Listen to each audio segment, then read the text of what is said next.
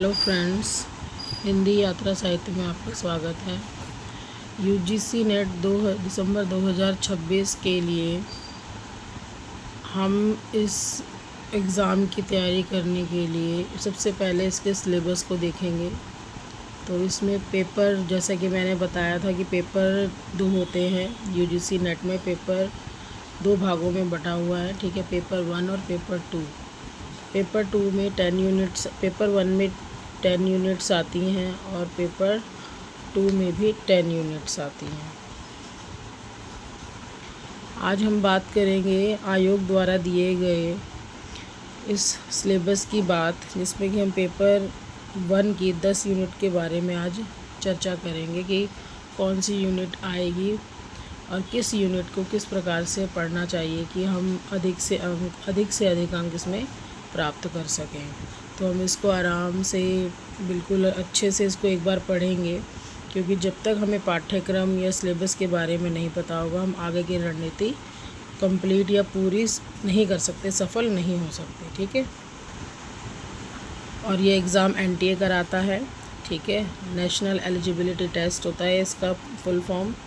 और इस प्रश्न की, मतलब ये जो एग्ज़ाम होता है, इसकी मुख्य विशेषता यह है कि परीक्षार्थियों की शिक्षण और शोध क्षमता के बारे का मूल्यांकन करता है, ठीक है। इस परीक्षा का उद्देश्य जो होता है वो शोध अभिवृत्ति का मूल्यांकन करना है, ठीक है, कि बच्चे को शिक्षण जो एक प्रक्रिया है, ये प्रोसेस है, उसके बारे में कितनी समझ है, ठीक है। तो इसमें जो सबसे पहली पॉइंट हमारी जो यूनिट आती है, यूनिट 1।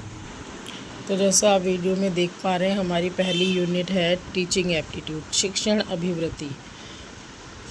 शिक्षण की अवधारणा क्या है, उसका कॉन्सेप्ट क्या है, उद्देश्य, लेवल्स ऑफ टीचिंग के बारे में बात है इसमें, और शिक्षार्थी की विशेषताओं के बारे में, किशोर और वयस्क शिक्षार्थी की अपेक्षाएं क्या क्या होती हैं, शिक्षक के प्रभावक तत्व की बात हो रही है।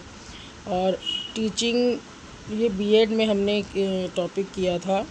ये सब जिन बच्चों ने बीएड कर रखा है उनके लिए ये जो टीचिंग एप्टीट्यूड वाली जो यूनिट है, ये बहुत ही, मतलब कह सको कि नंबर बढ़ाने वाली, परीक्षा में नंबर को बढ़ाने वाली यूनिट साबित हो सकती है।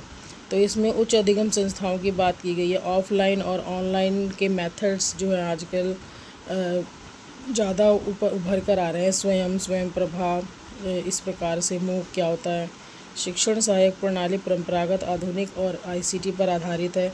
और मूल्यांकन प्रणालियाँ क्या हैं, ठीक है। एवोल्यूशन कैसे होता है, कितने टाइप का होता है, उनका बच्चों की शिक्षा पर या उनके सीखने पर क्या प्रभाव पड़ता है। तो ये यूनिट 1 जो है, ये बहुत ही, मतलब आपके नंबर बढ़ाने वाली है जिन बच्चों ने बीएड किया है। चलो अब देखते हैं दूसरी यूनिट। सेकेंड यूनिट का नाम है शोध अभिवृत्ति, रिसर्च एप्टीट्यूड। मतलब शोध का अर्थ क्या है, विशेषता क्या है, शोध की मेथड्स क्या है, रिसर्च के मेथड्स के बारे में हमें पढ़ना है, ठीक है। उसके चरण क्या हैं, शोध में आईसीटी का उपयोग क्या है।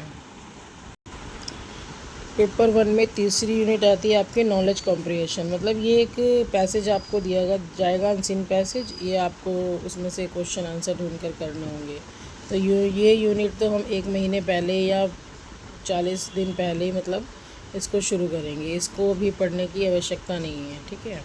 इसको हम पढ़ेंगे जब हम एग्ज़ाम शुरू होने वाला होगा, तो उसके 1 महीने या 40 दिन पहले पढ़ना शुरू करेंगे। यहाँ मैं चौथी यूनिट की बात करूँ तो उसका नाम है संप्रेषण, यानी कम्युनिकेशन।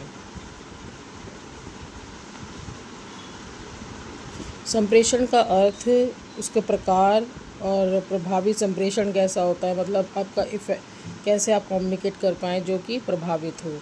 और प्रभावी संप्रेषण में कौन कौन से बैरियर आते हैं उनकी बात की गई है, ठीक है। और हमारी चौथी यूनिट को देखते हैं, ये भी कॉन्सेप्चुअल यूनिट है। और नेक्स्ट यूनिट आती है हमारी गणितीय तर्क और अभिवृत्ति। ये मैथ के सम आते हैं इसमें, मैथ लॉजिकल रीजनिंग है मैथ में। इसमें आपका सीरीज़ आएगा, नंबर सीरीज़ आएगा, और एनालॉजी और रिलेशन वाले सम, ये लॉजिकल रीजनिंग है। अब ये रीजनिंग की 4 से 5 क्वेश्चन आते हैं। अगला यूनिट है हमारा युक्ति युक्त तर्क। मतलब युक्ति कैसे स्ट्रेटजी बनाएं और कैसे उसमें औपचारिक एवं अनौपचारिक युक्ति दोष आते हैं, भाषा का प्रयोग कैसा होना चाहिए, ठीक है, उसका लक्ष्यार्थ क्या है, युक्ति के टाइप्स कौन से हैं, डिडक्टिव और इंडिडक्टिव मेथड्स आएंगे इसमें, ठीक है। और प्रमाण, प्रत्यक्ष, अनुमान, उपमान, शब्द अर्थ, उत्पत्ति और उपलब्धि, अनुमान की संरचना, ये सारा हम इसको देखेंगे लॉजिकल रीजनिंग में, ठीक है। हमारा अगली यूनिट आती है डाटा इंटरप्रिटेशन। ये जो यूनिट है इसको देखते ही मतलब बच्चे जो हैं इसको अटैम्प्ट नहीं करते, बल्कि सबसे नंबर बढ़ाने वाला यही हमारा DI है, आंकड़ों की व्याख्या। इसमें आपको एक डाटा दे दिया जाएगा, वो पाई चार्ट भी हो सकता है, टेबल चार्ट हो सकता है, ठीक है। उसके अकॉर्डिंग हमें उसके क्वेश्चंस का आंसर देना होगा और इसमें कैलकुलेशन आती है। तो ये जो यूनिट है इसको भी हम आप अभी से, जैसे अभी दिसंबर 2026 तक आने में भी 4 से 5 महीने हैं, तो आप इसको 1 बाय 1 करके क्या कर सकते हैं, इसको महीने में एक दिन या कोई अपना टाइम टेबल बना लो कि आपको एक डेली DI करना है। जब आप इसको प्रैक्टिस से आएगा ये, ठीक है, तो छोड़ना बिल्कुल नहीं है इसे। और हमारा 8वां यूनिट है ICT, मतलब ये कंप्यूटर से रिलेटेड है। तो कंप्यूटर में जो भी इंटरनेट, इंट्रानेट या कंप्यूटर की जो जनरल नॉलेज है, ये शॉर्टकट कीज़ आती हैं और हाई लेवल में कैसे इसका प्रयोग किया जाएगा इसके बारे में है। तो हम कुछ भी मतलब इसमें देख सकते हैं, टॉपिक को सर्च कर सकते हैं, यूट्यूब से भी पढ़ सकते हैं, ठीक है। हमारा 9वां यूनिट है लोक विकास और पर्यावरण, मतलब ये डेवलपमेंट ऑफ ह्यूमन डेवलपमेंट की बात हो रही है यहाँ पर, पर्यावरण की बात हो रही है। लर्निंग हैबिट बनानी होगी इसके लिए, ठीक है। एनवायरनमेंट की बातें होनी चाहिए, आसपास के मुद्दे हैं, मानव स्वास्थ्य, प्रदूषकों का प्रभाव, ठीक है।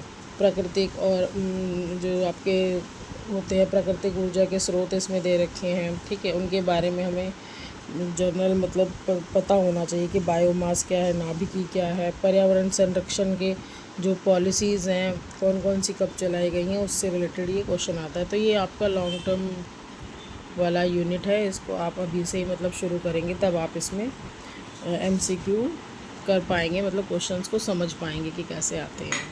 हमारी लास्ट जो यूनिट है उसका नाम है उच्च शिक्षा प्रणाली, हायर एजुकेशन। इसमें मतलब आपको ये कंसेप्चुअल है, ये तो याद ही करना है। ऐसे यूनिट 9 में भी हमें याद करना पोर्शन बहुत ज़्यादा है। तो ये दोनों यूनिट जो है आपकी ये डाटाबेस पर है, मतलब ये जो भी एक बार आपको मतलब है बता दिया कि हाँ तक्षशिला का जो फाउंडर है वो कौन है, मतलब उस तरह से ये क्वेश्चंस आते हैं। और उच्च अधिगम संस्थाओं के बारे में है, भारत में प्राचीन में शिक्षा कैसे दी जाती थी, ठीक है। व्यावसायिक और तकनीकी कौशल पर आधारित है, नीतियाँ, सुशासन या राजनीति और प्रशासन, इन सब के बारे में बताया गया, ठीक है। तो इसमें दिया हुआ है कि प्रत्येक यूनिट मॉड्यूल में 2-2 अंकों वाले 5 प्रश्न तैयार किए जाएंगे, ठीक है। और 2-2 नंबर का हर क्वेश्चन जो होता है वो 2 नंबर का होता है, ठीक है। जैसे कि मैंने आपको बताया था कि पेपर 2 होंगे आपके, ठीक है। तो 1 में 50 क्वेश्चंस आएंगे और 2 में 100 आएंगे। तो 2 मार्क्स का क्वेश्चन होगा आपका ये, और ये 100 मार्क्स का, और ये आपका हो गया 200 का, ठीक है। तो टोटल आपका 300 मार्क्स का एग्ज़ाम होगा। तो हमें 100 नंबर में से हम कितने नंबर ले पाएँ कि जो हम अपना UGC नेट क्लियर कर पाएँ। आप देखते हैं इसमें 10 यूनिट को पढ़ेंगे, आपको जहाँ से समझ में आया आप पढ़ सकते हैं, कोई बाउंडेशन नहीं है। मेरा काम था कि सिलेबस को आपको अच्छे से समझाना, ठीक है। मिलते हैं अगले वीडियो में।